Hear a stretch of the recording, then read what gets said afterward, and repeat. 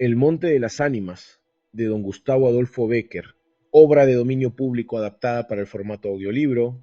La noche de difuntos me despertó el tañido pesado de las campanas.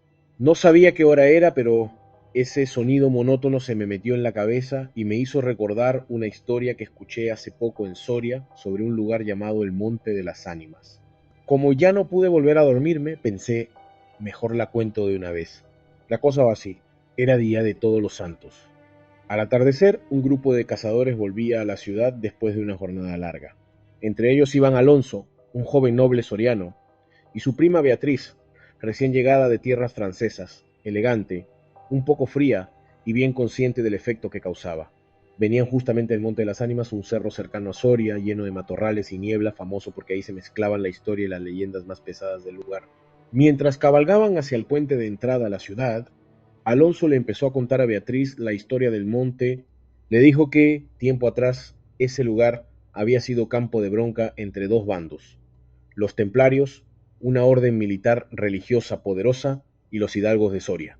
Los templarios habían cerrado el monte para quedarse con la caza, y los nobles, picados en su orgullo, organizaron una gran batida para meterse igual, a pesar de las prohibiciones. La cosa se salió de control. No fue una simple cacería, fue una masacre. El monte quedó lleno de muertos de los dos lados, y los lobos tuvieron festín esa noche. Al final, el rey ordenó abandonar el sitio, y la capilla donde enterraron juntos a templarios y nobles empezó a venirse abajo. Desde entonces, decía Alonso, cada noche de difuntos se escuchaba, sola, la campana de esa capilla en ruinas. Las ánimas de los muertos salían envueltas en jirones de sus sudarios y corrían como si siguieran cazando entre las zarzas y piedras del monte. Los ciervos bramaban, los lobos aullaban, las culebras silbaban, y al día siguiente algunos juraban haber visto huellas de pies descarnados marcadas en la tierra o en la nieve. Por eso la gente de Soria lo llamaba el Monte de las Ánimas, y por eso Alonso prefería estar muy lejos de ahí antes de que cayera la noche. Cuando terminaron de cruzar el puente, se unieron a la comitiva y entraron al palacio de los condes de Alcudiel, la familia de Alonso. Más tarde, ya de noche, en el gran salón del castillo ardía una chimenea enorme.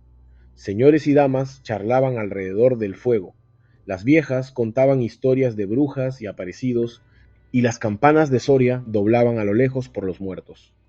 Solo dos parecían estar en otra cosa: Alonso y Beatriz. Él la miraba fijamente, ella se quedaba viendo las llamas, seria, como si nada le tocara realmente. En un momento, Alonso rompió el silencio. Le dijo que pronto se separarían, que quizá no volverían a verse, que a ella no le gustaban esas tierras secas ni sus costumbres toscas, y que más bien parecía suspirar por la vida de la corte.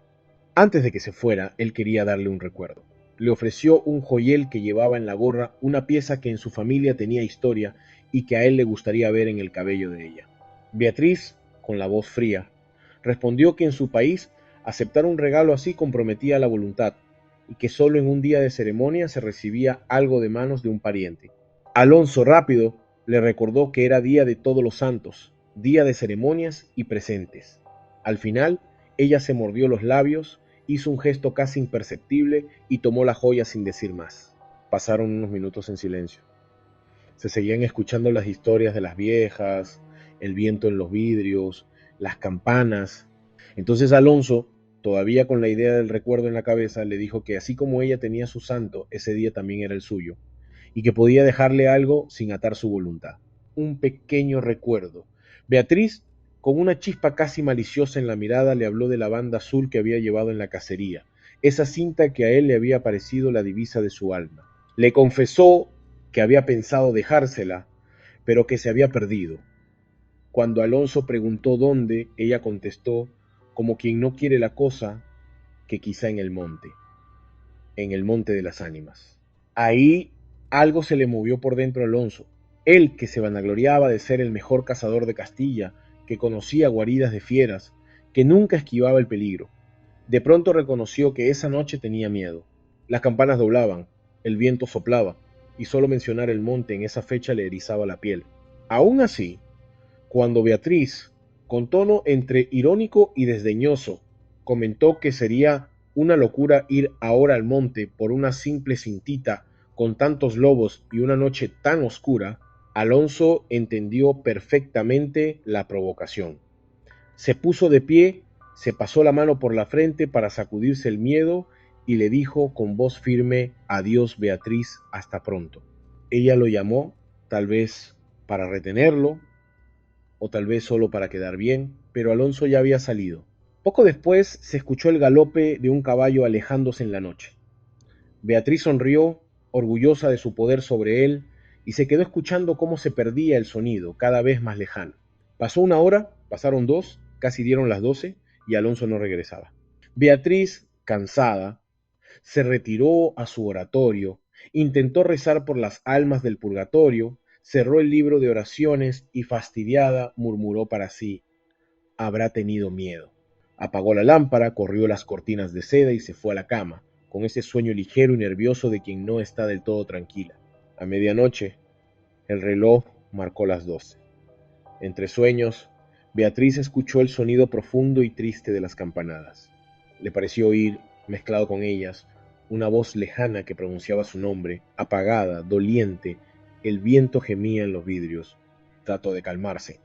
Debe ser el viento, se dijo, apretándose el pecho para controlar los latidos, pero su corazón golpeaba cada vez más fuerte. Empezaron a crujir puertas a lo lejos, una tras otra, acercándose, como si algo fuera atravesando el palacio. Luego, silencio.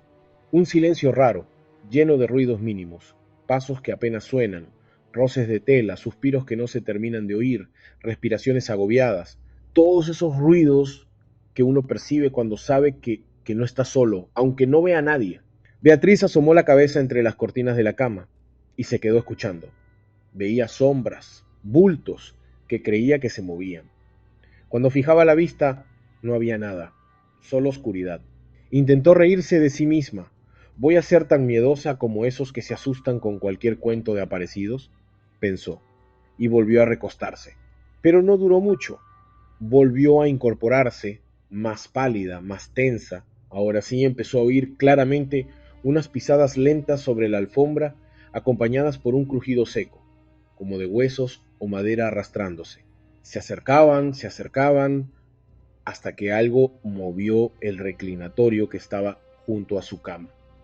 Beatriz lanzó un grito y se tapó entera con la ropa, intentando desaparecer bajo las sábanas. Afuera, el viento seguía golpeando, el agua de una fuente lejana sonaba constante, los perros ladraban, las campanas de Soria seguían doblando por las ánimas. Para Beatriz, esa noche fue interminable. Una hora, dos, un siglo.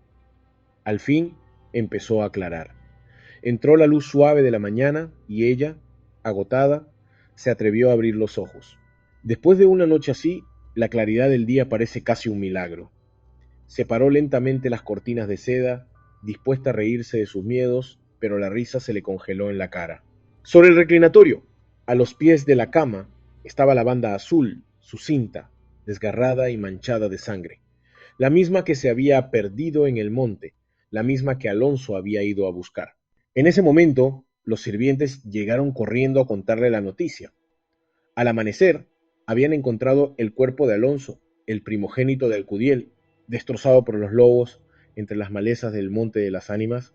Cuando entraron a la habitación de Beatriz, la hallaron rígida, aferrada a una de las columnas de la cama, con los ojos desorbitados, la boca entreabierta, los labios blancos, el cuerpo inmóvil. Beatriz estaba muerta, muerta de puro horror. Dicen que, tiempo después, un cazador que se perdió en el monte la noche de difuntos y logró sobrevivir hasta el amanecer contó cosas espantosas. Juró haber visto levantarse de sus tumbas, al toque de la oración, los esqueletos de templarios y nobles enterrados en el atrio de la capilla. Montados sobre osamentas de caballos, galopaban en una cacería imposible, persiguiendo como si fuera una fiera a una mujer hermosa, pálida, con el cabello suelto, que corría descalza, con los pies ensangrentados, dando gritos de desesperación alrededor de la tumba de Alonso. Algunos dicen que era solo una visión. Otros aseguran que desde entonces, cada noche de difuntos, el Monte de las Ánimas no solo guarda a los muertos, sino que también ve penar eternamente a Beatriz, víctima de su orgullo y de un juego cruel que terminó demasiado caro. Y yo, que escuché esta historia en Soria, Solo te la dejo tal como me la contaron para que la pienses la próxima vez que suenen campanas en la noche.